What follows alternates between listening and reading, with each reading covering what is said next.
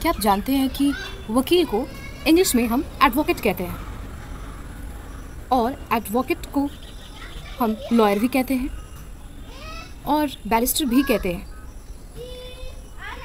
इस वीडियो को स्टार्ट करने से पहले हम ये जानते हैं कि महात्मा गांधी एडवोकेट थे, लॉयर थे या बैरिस्टर थे, लेकिन वो वकील थे ये हम सभी जानते हैं।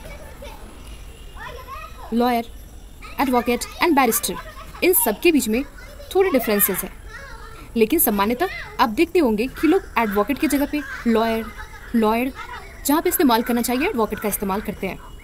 तो चलिए जानते हैं आज इस वीडियो में कि लॉयर, एडवोकेट एंड बैरिस्टर के बीच के डिफरेंस को।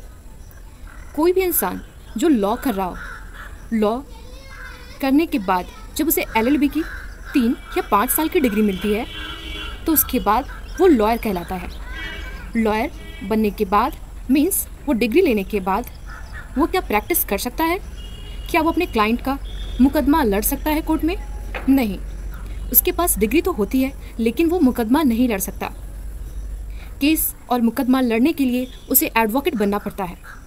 अब एडवोकेट कैसे बनेंगे? एडवोकेट बनने के लिए LLB की डिग्री होनी चाहिए।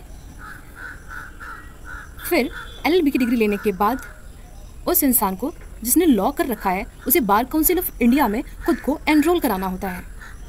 खुद को एनरोल कराने के बाद वो लॉयर को प्रैक्टिस करने के लिए एक डिग्री मिल जाती है, तब वो कहलाता है एडवोकेट।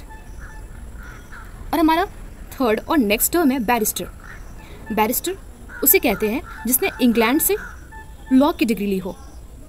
लॉयर भी बैरिस्टर की तरह ही होता है, और या कहे तो बैरिस्टर भी लॉयर की तरह ही होता है। दोनों के पास लॉ की डिग्रियां तो होती है लेकिन वो प्रैक्टिस नहीं कर सकते। प्रैक्टिस करने के लिए आपको एडवोकेट होना पड़ता है। लॉ की डिग्री लेने के बाद बार काउंसिल ऑफ इंडिया में खुद को एनरोल करना होता है।